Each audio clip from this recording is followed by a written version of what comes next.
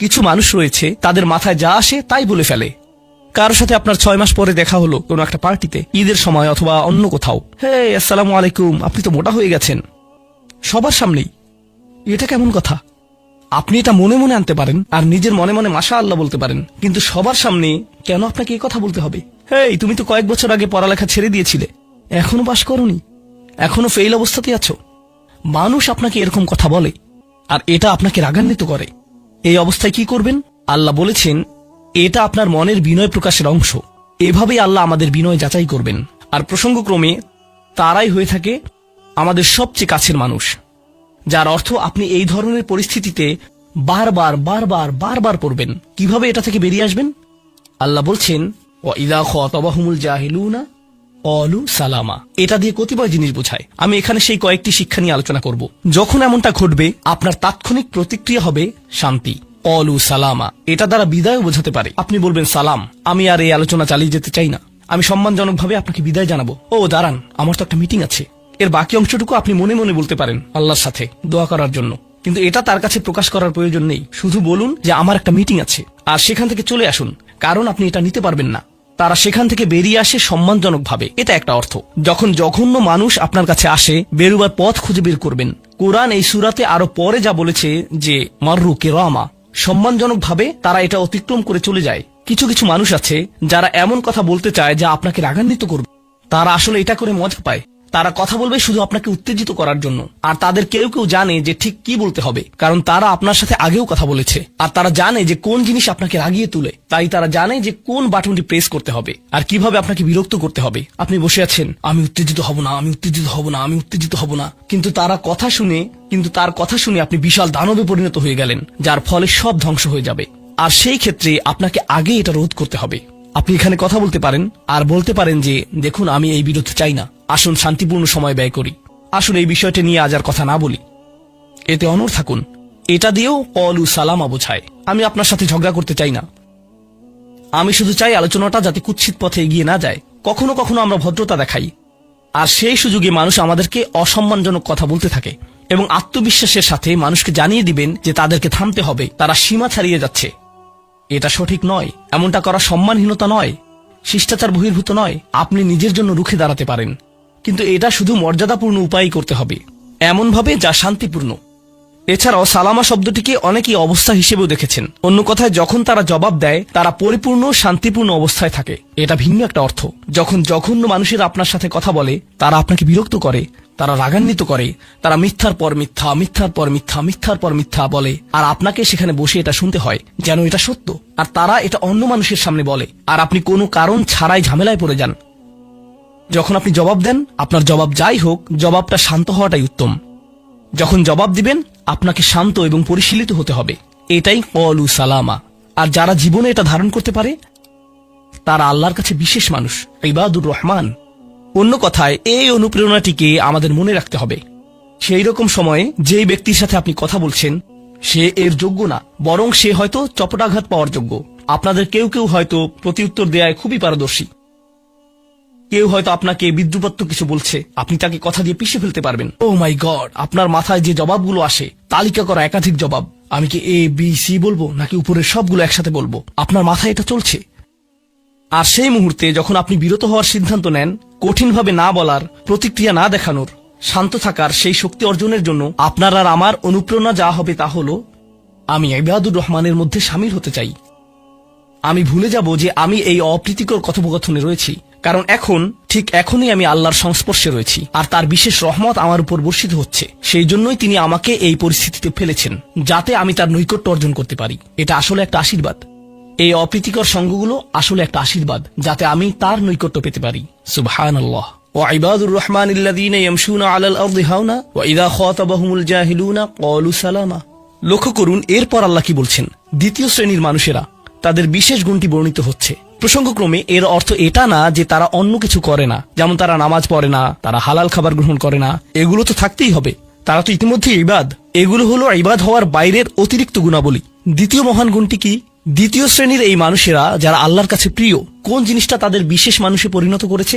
ওয়াল্লাযীনা ইয়াবিতুনা লিরাব্বিহিম সুজ্জাদান ওয়া কিয়ামান। যারা রাত্রি অতিবাহিত করে তাদের প্রভুর উদ্দেশ্যে সিজদারত এবং দণ্ডায়মান অবস্থায়। তারা লোকচক্ষুর অন্তরালে গভীর রাতে নামাজে মশগুল থাকেন, কারণ তারা জানেন যে রাতের গভীরে আল্লাহ তাদের সবচেয়ে নিকটে থাকেন। আমাদের অনেকের জন্য এটা অনেক কঠিন যে আল্লাহ যদি তার সবচেয়ে নৈকট্যপ্রাপ্ত মানুষদের কথা বলেন, এই শ্রেণীর মানুষদের দিয়ে শুরু করাটাই প্রত্যাশিত ছিল। এটাই প্রত্যাশিত ছিল যে আল্লাহ এমন মানুষদের দিয়ে শুরু করবেন যারা সবচেয়ে বেশি নামাজ আদায় করে, বিশেষত এমন সময়ে যখন তিনি নিকটে থাকেন, যা হলো রাতের মধ্যপ্রহর। সেখান থেকে শুরু হওয়ার কথা ছিল, কিন্তু না, তিনি সেখান থেকে শুরু করেননি। তিনি বিনয় দিয়ে শুরু করেছেন, কারণ রাতের সেই নামাজ যখন আপনি এবং আমি আল্লাহর সামনে বিনয়াবনত হই, নামাজরত অবস্থায় অন্য কেউ দেখার সুযোগ না থাকে, চমৎকৃত করার মতো আর কেউ না থাকে, একমাত্র যাকে আপনি চমৎকৃত করতে চান তিনি হলেন আল্লাহ।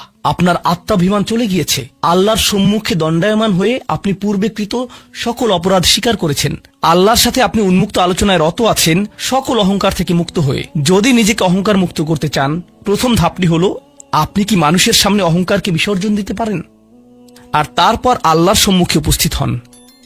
আমরা এমন অনেক মানুষদের কথা জানি যারা ইবাদতে পারদর্শী, কিন্তু মানুষের কাছে তারা খারাপ হিসেবে বিবেচিত। এটা আদর্শ নয়। এখানে একটি শ্রেণীকে অগ্রাধিকার দেয়া হয়েছে, আর এরা তারাই যারা মানুষের সাথে বিনয়ী। তারপর যারা আল্লাহর সামনে বিনয়াবনত হয়ে উপস্থিত হয়, এটা অর্জন করা সহজ নয়।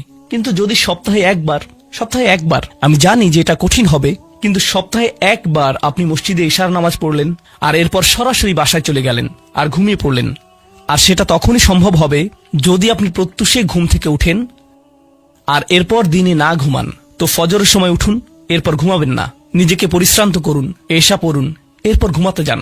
এরপর অ্যালার্ম দিয়ে রাখুন, ফজরের 30 মিনিট আগে অ্যালার্ম সেট করুন, উঠে গিয়ে কয়েক রাকাত নামাজ পড়ুন। শুধু এটুকুই করুন, নিজের মতো করে এটা করুন। এজন্য অন্য কারো ঘুম ভাঙাবেন না, এটা নীরবে করবেন। ঘরের কোনো এক কোণে চলে যান, সেখানেই নামাজ পড়ুন। যদি সপ্তাহে একবার বা দুবারও এটা করতে পারেন, যে প্রশান্তি পাবেন, আল্লাহর সাথে যে সম্পর্ক অনুভব করবেন, সেটা আপনাকে সবচেয়ে কঠিন সময়েও সাহায্য করবে। আল্লাহ আমাদেরকে এই মানুষদের অন্তর্ভুক্ত করে দিন। ওয়াল্লাযীনা ইয়াবিতুনা লিরাব্বিহিম সুজদান ওয়া কিয়ামা। এরপর আসছে তৃতীয় ধরনের মানুষের কথা। ওয়াল্লাযীনা ইয়াকুলুনা রাব্বানা ইসরিফ আন্না আযাবা জাহান্নাম ইন্না আযাবাহা কানা গরামা ইন্নাহা সাআত মুস্তাকাররা ওয়া মুকামা। এই মানুষেরা শুধু একটি দোয়া করে, দোয়ার তালিকা নয়, তাদের একমাত্র দোয়া হলো, ইয়া আল্লাহ, আমি জাহান্নামে যেতে চাই না। অন্য যেখানেই রাখেন, জাহান্নামে নয়, আমাকে জাহান্নামে রাখবেন না, আমাদেরকে জাহান্নামের শাস্তি থেকে দূরে রাখুন। অবস্থান করার জন্য এটা বিভৎস একটা জায়গা, আমি এটা এক মুহূর্তের জন্য দেখতে চাই না। আমি সেখানে স্বল্পস্থায়ী ভাবে থাকতে চাই না, আর আমি সেখানে দীর্ঘস্থায়ী ভাবেও থাকতে চাই না। দোয়াটি মনোযোগ দিয়ে শুনুন। ইন্নাহা সাআত মুস্তাকাররা ওয়া মুকামা। প্রথমত, এটা একটা শাস্তি, এটা বিশাল একটা সাজা। আমি সেখানে স্বল্প মেয়াদের জন্য থাকতে চাই না, আর আমি সেখানে দীর্ঘমেয়াদের জন্যও থাকতে চাই না। কিছু মানুষ রয়েছে যারা সেই একই রোগে আক্রান্ত হয়েছে, উম্মার মধ্যে, মুসলিমদের মধ্যেই একই রোগ যা বনী ইসরাইলেরও ছিল। তারা বলেছিল, আল্লাহ আমাদেরকে শাস্তি দিবেন না, ইল্লা আইয়াম মাদুদা, দিলেও কয়েক দিনের জন্য। মুসলিমদের মনোভাবও এমন হয়েছে, তারা বলে আল্লাহ আমাদের শাস্তি দিবেন, কিন্তু তা তো চিরদিনের জন্য না, তাই না?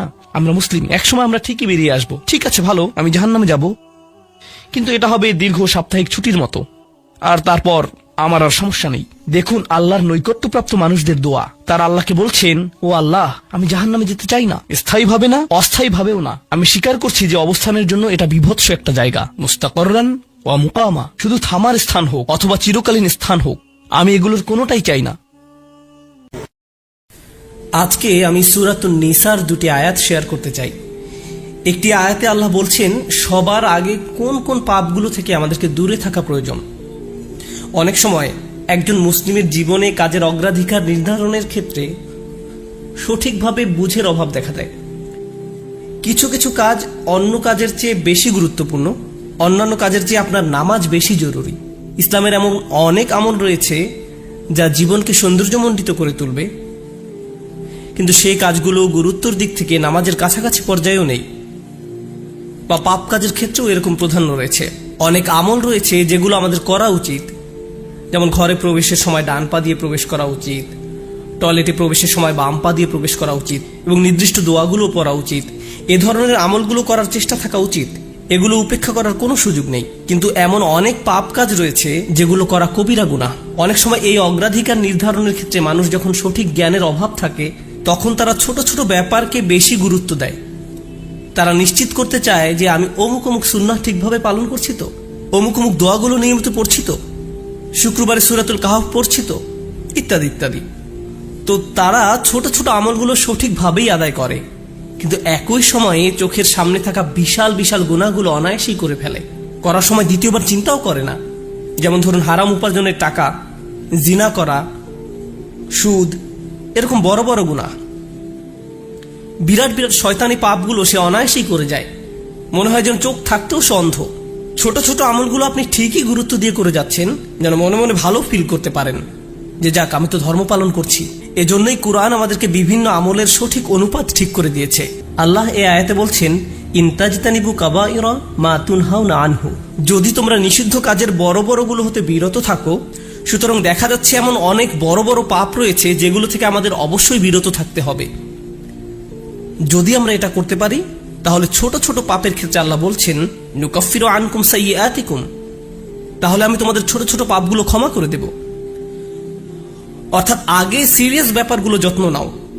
কোরআন যেগুলোর উপর গুরুত্ব আরোপ করেছে, যেমন টাকা উপার্জনের বিষয়টা, কিভাবে আমরা টাকা আয় করি এবং কিভাবে তা ব্যয় করি, সে ব্যাপারে আগে যত্নবান হওয়া, এটা খুবই সিরিয়াস একটা ব্যাপার। আমাদের আশেপাশে যারা আছে তাদের অধিকারের ব্যাপারে সাবধান থাকা, যারা এতিম বা অভাবগ্রস্ত তাদের দেখাশোনা করা। সূরা মাউনে আল্লাহ বলছেন, ফাযালিকাল্লাযী ইয়াদউল ইয়াতীম, সেই ব্যক্তি যে এতিমকে গলা ধাক্কা দেয়। এগুলো বড় ধরনের পাপ। তারপর যেভাবে আমরা আমাদের ব্যবসা বাণিজ্য চালাই, কেউ যদি আপনার কাছে টাকা পায়, কোনো কন্ট্রাক্ট মানতে যদি ওয়াদাবদ্ধ হন, কোনো সেবা প্রদান করার জন্য যদি আপনাকে বেতন দেয়া হয়, কাজের ক্ষেত্রে সততা বজায় রাখা। ঠিক একইভাবে কোরআনে বর্ণিত সবচেয়ে ভয়ঙ্কর পাপগুলোর একটি হলো সুদ। একইভাবে আমাদের পবিত্রতা রক্ষা করা, অর্থাৎ জেনা ব্যভিচার থেকে বিরত থাকা, এটা কবিরা গুনাহ। এটা এত বড় গুনাহ যে আল্লাহ বলছেন, লা তাকরাবুজ জিনা, ব্যভিচারের কাছেও যেও না। অন্যান্য ছোট ছোট গুনায় তোমরা হয়তো জড়িয়ে পড়বে। হতে পারে তোমার নামাজে যথেষ্ট মনোযোগ ছিল না, অজুটাও হয়তো উত্তম রূপে করা হয়নি। হতে পারে যখন নামাজ পড়ছিলে তখন অন্য কোথাও মন পড়েছিল।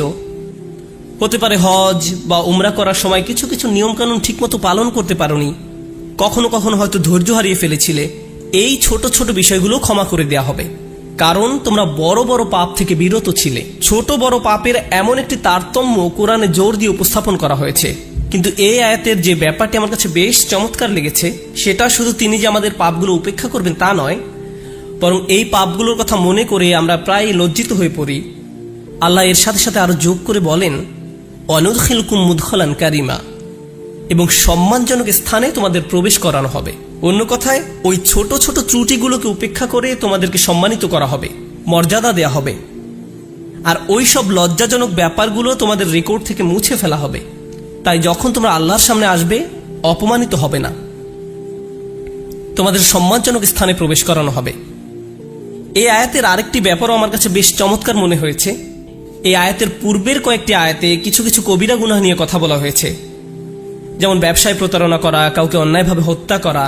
আর ছোট ছোট পাপ ক্ষমা করে দেওয়ার আয়াতের ঠিক পরের আয়াতে আরো অসাধারণ উপায়ে জীবনের বিভিন্ন বড় বড় পাপে জড়িয়ে পড়ার যে মূল কারণ সেটা বলা হয়েছে। আল্লাহ আযজা ওয়া জাল্লা বলেন, ওয়ালা তাতামান্নাউ মা ফাদ্দালাল্লাহু বিহি বা'দাকুম আলা বা'দ, আর তোমরা আকাঙ্ক্ষা করো না এমন সব বিষয়ে যাতে আল্লাহ তাআলা তোমাদের একের উপর অন্যের শ্রেষ্ঠত্ব দান করেছেন। তো আমাদের ক্ষেত্রে যা ঘটে যখন আমরা এমন কাউকে দেখি যে আমাদের চেয়ে বেশি টাকা উপার্জন করে, আমাদের চেয়ে তার চেহারাটাও বেশি সুন্দর, তার গাড়িটাও উত্তম, তার সাংসারিক জীবনটাও প্রশান্তির, কখনো কখনো ভাই বোনের মাঝেও এই হিংসা দেখা দেয়। যেমন আমি বলতে শুনেছি, আমার বোনের গায়ের রং আমার চেয়ে উজ্জ্বল। হিংসা বিভিন্ন প্রকৃতির হতে পারে। কারো ভালো কিছু থাকার কারণে আপনি তাকে ঈর্ষা করতে পারেন, এবং আপনার নিজের সেটা না থাকার কারণ নিয়ে সারাক্ষণ চিন্তা করতে পারেন। আর এই চিন্তা আপনাকে শেষ করে দিতে পারে। এটা ছোট বড় যে কোনো কিছুর জন্য হতে পারে। এটা বস্তুগত বিষয়, যেমন অর্থকড়ি, ঘরবাড়ির জন্য হতে পারে। আবার অবস্তুগত বিষয়, যেমন বাবার ভালোবাসা, মায়ের ভালোবাসার জন্যও হতে পারে। বাবা কেন তাকে এত ভালোবাসে, আমার প্রতি তো এত মনোযোগ দেয় না। মা সবসময় শুধু আমার দোষ দেখেন, তিনি কখনো ওর দোষ দেখেন না। মাঝে মাঝে পিতামাতার আচরণ ব্যাপারটাকে আরো জটিল করে তোলে, কারণ তারা বারবার বলতে থাকেন, কেন তুমি তোমার ভাইয়ের মতো হতে পারো না, ও কত লক্ষ্মী। তাদের এমন আচরণ পরিবারের ভিতরে আরো বেশি হিংসা তৈরি করে। আল্লাহ এখানে বলছেন, অন্যদের যা দেয়া হয়েছে তার জন্য আকাঙ্ক্ষা করো না। আপনি নিজেই তো দেখতে পান যে আপনার চেয়ে ভালো চেহারার মানুষ রয়েছে, আপনার আমার চেয়ে বুদ্ধিমান মানুষও রয়েছে, আমাদের চেয়ে বেশি টাকা কামাই করে এমন লোকজনও রয়েছে। পরিবারে এমন কেউ থাকতে পারে যে আপনার চেয়ে বেশি প্রশংসা লাভ করে। কখনো কখনো হয়তো অন্যায়ভাবে তাদেরকে প্রাধান্য দেওয়া হয়, কিন্তু অনেক ক্ষেত্রে আসল ব্যাপার হলো আল্লাহ তার জন্য রিজিকের যে দরজা খুলে দিয়েছেন তা তিনি আমার জন্য খুলেননি, তিনি আমার জন্য অন্য দরজা খুলে দিয়েছেন। আমরা অন্য একজনকে যা দেয়া হয়েছে ঠিক সেটাই কামনা করি। আল্লাহ আপনাকে আমাকে অন্য একজনের মতো করে বানাননি। আল্লাহ অন্য মানুষদের জন্য রিজিকের যে দরজা খুলে দিয়েছেন তা হয়তো আমার জন্য দেননি। আমাদের প্রত্যেকেরই রয়েছে জীবিকা উপার্জনের স্বতন্ত্র সুযোগ। আল্লাহর অনুগ্রহ অর্জন করতে হলে আমাদের প্রত্যেককে যে সুযোগ দেওয়া হয়েছে তার আলোকে কঠোর পরিশ্রম করতে হবে, অন্যদের সাথে নিজেকে তুলনা করে নয়। এই আয়াত যে ইতিবাচক বিষয়গুলোর প্রতি জোর দেয় সেটা আলোচনা করার পূর্বে আমি আরেকটা ব্যাপারে কথা বলতে চাই। এই হিংসা কেন অনেকগুলো বড় বড় গুনাহের মূল কারণ? আমাদের জানা মতে রেকর্ড করা ইতিহাসে আল্লাহর বিরুদ্ধে সর্বপ্রথম যে বিদ্রোহ করা হয় তা হলো ইবলিস শয়তানের বিদ্রোহ। আর এই বিদ্রোহের মূল কারণ ছিল হিংসা। সে কেন এত মনোযোগ পাচ্ছে? তাকে তো জাস্ট মাটি দিয়ে তৈরি করা হয়েছে। এভাবেই অবাধ্যতার শুরু। মানুষ পৃথিবীতে আসার পর সর্বপ্রথম যে পাপটি সংঘটিত হয় তা হলো কাবিল কর্তৃক তার ভাই হাবিলের হত্যা। সেটাও ছিল হিংসার কারণে। এই হিংসা এতটাই জঘন্য আর কদাকার হতে পারে যে আপনি যদি ইয়াকুব আলাইহিস সালামের মতো একজন মহান নবীর সন্তানও হয়ে থাকেন, আর আপনার ভাইও যদি হয়ে থাকেন একজন অসাধারণ ছেলে যে কিনা এখনো নবী না হলেও তার মাঝে নবীর বৈশিষ্ট্য বিদ্যমান রয়েছে, এই হিংসা আপনাকে এতটাই নিয়ন্ত্রণহীন করে দিতে পারে যে আপনি তাকে হত্যা করতে উদ্যত হতে পারেন। আমি যা বোঝাতে চাচ্ছি তা হলো হিংসা এবং ঈর্ষাকে ছোট করে দেখা উচিত নয়। ব্যাপারটাকে এমন মনে হতে পারে যে এটি আমার আপনার ভেতরে একটা অনুভূতি মাত্র। মূলত হিংসার আরবি শব্দ হলো হাসাদ, আর হাসাদ শব্দের শাব্দিক অর্থ হলো আঁচড়। তারা এটাকে এভাবে বর্ণনা করে, হিংসা হলো মনের ভেতরে একটি চুলকানি। ঠিক শরীরের চামড়ার উপর কোনো পোকামাকড় কামড় দিলে আপনি যেমন চুলকাতে চান, সেরকম এটি যত চুলকাবেন অবস্থা তত খারাপ হবে। আপনার উচিত হলো একে উপেক্ষা করা, এবং এক সময় এটা এমনিতেই ভালো হয়ে যাবে। আপনাকে এটা উপেক্ষা করতে হবে, এটাই হাসাদ। ইমাম হাসান রাদিয়াল্লাহু তাআলা আনহু বলেন, আমি হিংসুকের চেয়ে এমন কোনো অনিষ্টকারী দেখিনি যাকে আসলে বেশি ক্ষতিগ্রস্ত ব্যক্তির মতো দেখায়। সাধারণত কেউ ক্ষতি করলে অন্য একজন তার এই ক্ষতির কারণে ক্ষতিগ্রস্ত হয়, কিন্তু হিংসার ক্ষেত্রে ক্ষতিকারী নিজেই নিজের ক্ষতি করে। সে হিংসা করছে কিন্তু এই হিংসার কারণে নিজেই নিজের অনিষ্টের শিকার হচ্ছে। আর এই কারণেই সূরা ফালাকে হিংসুকের হিংসা থেকে আমরা আল্লাহর নিকট আশ্রয় প্রার্থনা করি। ওয়া মিন শাররি হাসিদিন ইযা হাসাদ, হিংসুকের অনিষ্ট থেকে যখন সে হিংসা করে, ঠিক সেই মুহূর্তে যখন সে হিংসা করে। এটা খুবই গুরুত্বপূর্ণ একটা ব্যাপার। এই হিংসার কারণে আপনার আমার জীবনে ভয়ঙ্করতম সমস্যা তৈরি হতে পারে। এখন আমি নিজেকে বিশ্লেষণ করতে চাই। যখন আমি নিজেই অন্যকে হিংসা করতে শুরু করি তখন কোন কোন ধরনের নিয়ামত থেকে নিজেকে বঞ্চিত করি? যখন আমি নিজেই অন্যের উন্নতি সহ্য করতে পারি না, ব্যাপারটা আর একটু খোলাসা করে বলছি। তামান্নি জাওয়ালিন নি'মা লিদুনিহি, আপনি ইচ্ছা করেন যে তার যেন এই নিয়ামতটি না থাকে। ব্যাপারটা এমন নয় যে আচ্ছা ওই ভাই খুবই শক্তিশালী, আমি যদি তার মতো শক্তিশালী হতাম। না না না, আমি ইচ্ছা করি যে সে অসুস্থ হয়ে পড়ুক আর আমি শক্তিশালী হয়ে উঠি। আপনি ইচ্ছা করেন তার মাঝে যেন ওই ভালো বিষয়টা না থাকে। কোন কারণে সে ওইটা পাবে? আচ্ছা সে প্রমোশন পেয়েছে, এখন আমারও ইচ্ছা হয় যে আমিও যেন প্রমোশন পাই। না না না, হিংসা হলো আমি চাই সে বরখাস্ত হোক আর আমি প্রমোশন পাই। আপনি তার ব্যর্থতা দেখতে চান, আপনার ভেতরের কিছু একটা চায় তার যেন পতন ঘটে। তার পতনের ফলে আপনার জীবিকায় সমৃদ্ধি আসে না, আপনার এতে কোনো উপকার হয় না, তবু আপনার ভেতরের কিছু একটা তার পতন কামনা করে। যদি তার পতন ঘটে তাহলে আপনার কাছে তা ভালো লাগবে। এটাই হলো হাসাদ। কিভাবে এটা একজনের ভালো দিক ধ্বংস করে দেয়? আমরা ইবলিস শয়তান সম্পর্কে জানি। আল্লাহ তাকে ফেরেশতাদের কাতারে রেখেছিলেন, এর চেয়ে উন্নত কোনো মর্যাদা হতে পারে না। কিন্তু হিংসা তাকে এত উচ্চ পর্যায় থেকে একেবারে নিম্নতম পর্যায়ে নামিয়ে দিয়েছে, আল্লাহর নিকট থেকে বহু দূরে সরিয়ে দিয়েছে। চিন্তা করতে পারেন এত বড় মর্যাদা কেড়ে নেওয়া হলো, এর মূল কারণ ছিল হিংসা। চিন্তা করতে পারেন মূল কারণ হলো নিজেকে অনেক বড় কিছু মনে করা। হিংসার কারণে হত্যার মতো জঘন্য অপরাধ সংঘটিত হলো।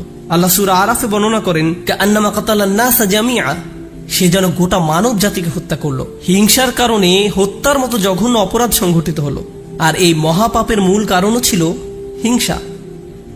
এই সকল উদাহরণের মূল শিক্ষা হলো আমাদের নিজেদেরকে ভালো করে বিশ্লেষণ করে দেখা উচিত আমরা নিজেরা এই রোগে আক্রান্ত কিনা। ভালো করে খতিয়ে দেখা উচিত আমাদের মাঝে এই ঘৃণ্য ব্যাধিটি আছে কিনা। মানুষ শুধু টাকা পয়সা নিয়ে হিংসা করে না, মানুষ প্রায় সবকিছু নিয়ে হিংসা করে।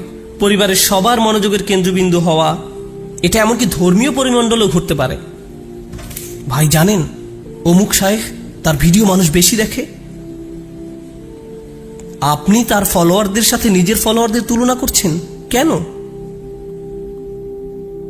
মাহফিলে তাকে কেন প্রধান বক্তা করা হলো, তাকে কেন সবচেয়ে ভালো সময় বক্তব্য দিতে দেয়া হলো? এমন ঘটনা মসজিদেও ঘটতে পারে। ভাই দেখেছেন তারা কত টাকা তুলেছে, আমরা এত টাকা তুলতে পারিনি। আর এই মনোভাব প্রতিযোগিতায় সীমাবদ্ধ থাকে না, হিংসায় পরিণত হয়। কেন তারা আমাদের চেয়ে ভালো করছে? এই হিংসা এমনকি ধর্মীয় পরিমণ্ডলেও আঘাত করতে পারে। মদিনায় আসার পর সাহাবীরা ধারণা করেছিলেন মদিনার ইয়াহুদিরা সবার আগে ইসলাম ধর্ম গ্রহণ করবে। এ সম্পর্কে কোরআনে এসেছে, আফাতাতমাউনা আন ইউমিনু লাকুম, তোমরা কি আশা করো যে তারা তোমাদের কথা ঈমান আনবে? কারণ তারা আহলে কিতাব, তারা ওহী অবতীর্ণ হওয়া সম্পর্কে অবগত ছিল। তারা রাসূল সাল্লাল্লাহু আলাইহি সাল্লামকে সেভাবে চিনত যেভাবে তারা তাদের ছেলে মেয়েদের চিনতে পারত। এর কারণ ছিল আসলে হিংসা। তারা এই ব্যাপারটা মেনে নিতে পারেনি যে নবী প্রেরণের অনুগ্রহটি বনী ইসরাইলদের কাছ থেকে অন্যদের কাছে চলে যাবে। তারা চাইতো ওহী মুহাম্মদ সাল্লাল্লাহু আলাইহি সাল্লামের কাছে না এসে তাদের কারো কাছে আসুক। জীবনের এমন কোনো দিক নেই যেখানে হিংসার আক্রমণ হওয়ার সম্ভাবনা নেই। এটা আপনার চাকরি জীবনে প্রভাব ফেলতে পারে, ব্যবসায়িক জীবনে প্রভাব ফেলতে পারে, আপনার পারিবারিক জীবন, ব্যক্তিগত জীবন, ধর্মীয় জীবন, সামাজিক জীবন থেকে শুরু করে জীবনের প্রতিটি ক্ষেত্রে এর প্রভাব পড়তে পারে। সম্প্রতি বিশ্বের বিভিন্ন প্রান্তে ভ্রমণ করার অভিজ্ঞতা থেকে আমি এক নতুন ধরনের হিংসা সম্পর্কে অবগত হয়েছি। অনেক বোন এসে আমার কাছে প্রশ্ন করেন, এটা বলার কারণে হয়তো আমি সমস্যায় পড়তে পারি, যাই হোক, কোরআনে কেন পুরুষদের জন্য অমুক অমুক বিধান দেয়া হয়েছে আর নারীদের জন্য সম্পূর্ণ ভিন্ন বিধান দেয়া হয়েছে? পুরুষদের কেন বোরকা পড়তে হয় না? আমাকে এই প্রশ্ন করা হয়েছিল। ডিভোর্স আইনের ক্ষেত্রে দেখা যায় আইনগুলো কেমন যেন পুরুষের অনুকূলে। মহিলারা জান্নাতে কি পাবে? আমি বলছি না যে এই প্রশ্নগুলোকে উপেক্ষা করতে হবে, কিন্তু এখানে একটা ব্যাপার আমাদের সাবধান থাকতে হবে। আমরা আল্লাহ সুবহানাহু ওয়া তাআলা সম্পর্কে কথা বলছি। তিনি যখন কোনো বিধিবিধান নাজিল করেন, এই বিধানগুলো আমি প্রবর্তন করিনি, আমি শুধু এই বিধানগুলো বোঝার চেষ্টা করেছি এবং শেখানোর চেষ্টা করছি। কিন্তু যিনি এই বিধানগুলো দিয়েছেন তিনি হলেন সবচেয়ে দয়াবান, ভালোবাসাপূর্ণ এবং সবচেয়ে ন্যায় বিচারক। যদি এই বিধান নিয়ে আপনার অন্তরে খুঁতখুঁতে ভাব থাকে এবং মনে মনে ভাবেন যে আমার মনে হচ্ছে এখানে ন্যায্য বিধান দেয়া হয়নি, এটা খুবই মারাত্মক একটি সমস্যা। এমনকি আল্লাহ সম্পর্কে এই মনোভাব যে আমাকে ঠকানো হয়েছে, আমাকে তিনি যা দিয়েছেন সেখানে ঠকিয়েছেন, আমাকে পুরোপুরি বুঝতে হবে কেন তিনি আমাকে এটা করতে বলেছেন। একটা ব্যাপারে বলছি, উদাহরণস্বরূপ কেউ যদি আমাকে জিজ্ঞেস করে কেন আল্লাহ মহিলাদেরকে পর্দা করতে বলেছেন, আমার সৎ জবাব হবে আমি জানি না। আমি নিজে নিজে চিন্তা করে হয়তো এই বিধানের কিছু উপকারী দিক তুলে ধরতে পারবো, কিন্তু এই উপকারী দিকগুলো আল্লাহ অবতীর্ণ করেননি। এই উপকারগুলো আমি চিন্তা করে বুঝতে পারলাম, আর আমার এই সাহস নেই যে আমি বলবো যে অমুক অমুক যুক্তির কারণে হিজাব পড়তে হবে, কারণ এই যুক্তিগুলো আল্লাহ অবতীর্ণ করেননি। অনেক সময় আল্লাহ কোনো বিধান নাজিল করেন কিন্তু তার পেছনের কারণ বর্ণনা করেন না। তিনি বলবেন তুমি নিজে নিজে চিন্তা করে দেখো, লাআল্লাকুম তাতাফাক্কারুন লিয়াদাব্বারু আয়াতিহি, কেন এই বিধানগুলো দেয়া হয়েছে তা তোমরা নিজেরা চিন্তা করে খুঁজে নাও। তবে একটা ব্যাপার আমি নিশ্চিত জানি, যে বিধানই তিনি অবতীর্ণ করেন না কেন তা আমাদের প্রতি তার অপার অনুগ্রহ মাত্র। আল্লাহ এই আয়াতগুলোতে কি বলছেন? উত্তরাধিকার সম্পত্তি বন্টনের বিষয় বর্ণনা করা আয়াতগুলোর পরে এসেছে। ইসলামে সবাই সমান উত্তরাধিকার সম্পত্তি পায় না, নারী এবং পুরুষ সমান সম্পত্তি পায় না। তারা মেয়ে, স্ত্রী, মা যেই হোক না কেন সমান সম্পত্তি পায় না। তাই আল্লাহ কি বলেছেন? লিররিজালি নাসিবুম মিম্মা ইকতাসাবু ওয়া লিন-নিসাই নাসিবুম মিম্মা ইকতাসাবনা, পুরুষদের জন্য রয়েছে অংশ তারা যা উপার্জন করে তা থেকে, এবং নারীদের জন্য রয়েছে অংশ যা তারা উপার্জন করে তা থেকে। এই আয়াতে মিন অর্থাৎ থেকে এই শব্দের ব্যবহারটি লক্ষ্য করার মতো। এই পৃথিবীতে যত কিছুর জন্য আপনি কাজ করেন তার সবটুকুর ফসল পাবেন না, এর থেকে একটি অংশ পাবেন আর বাকি অংশ পরে পাবেন। অথবা আপনি কাজ করেছেন কিন্তু তার কিছু অংশ সুফল পাওয়ার যোগ্য ছিল না, যেমন হয়তো আপনার নিয়ত শুদ্ধ ছিল না, কাজটা যথেষ্ট পরিশুদ্ধ ছিল না, তাই আপনি আপনার কাজের সেই অংশের মূল্য পাবেন যা মূল্য পাওয়ার যোগ্য ছিল। তাই আল্লাহ বলছেন পুরুষরা কি পাবে তার জন্য একটি মান আমি নির্ধারণ করে রেখেছি, আবার নারীরা কি পাবে তার জন্য একটি মান আমি নির্ধারণ করে রেখেছি। তারপর তিনি বলছেন ওয়াসআলুল্লাহ মিন ফাদলিহি, কোরআনের অসাধারণ একটি বাক্য। এর অর্থ হলো আর আল্লাহর কাছে তার অনুগ্রহ প্রার্থনা করো।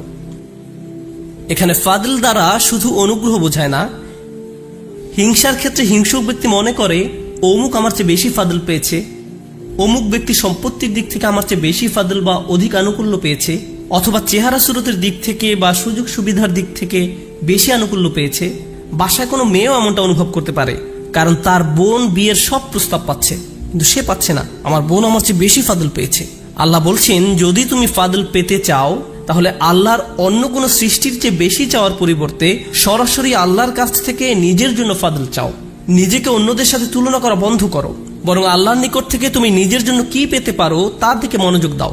মনে মনে ধরে নাও যে আশেপাশে কারো কোনো অস্তিত্ব নেই, অন্যদের কি আছে সেই সম্বন্ধে চিন্তা ভাবনা করা বন্ধ করো। মনের উপর যদি এরূপ নিয়ন্ত্রণ প্রতিষ্ঠা করতে পারেন তাহলে খুবই সুখী জীবনযাপন করতে পারবেন।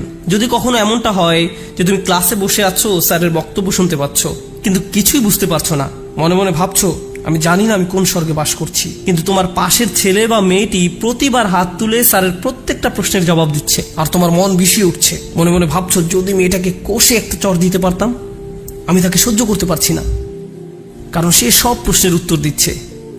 তোমার সকল মনোযোগের কেন্দ্রবিন্দুতে এমন একজন যে তোমার চেয়ে বেশি বুদ্ধিমান, যে স্যারের প্রিয় ছাত্র, যে সকলের মনোযোগ পাচ্ছে, যার কারণে তোমার নিজেকে খারাপ ছাত্র মনে হয় বা যার কারণে তারা তোমাকে লজ্জা দিচ্ছে। কিন্তু একটা ব্যাপার কি তুমি খেয়াল করেছো?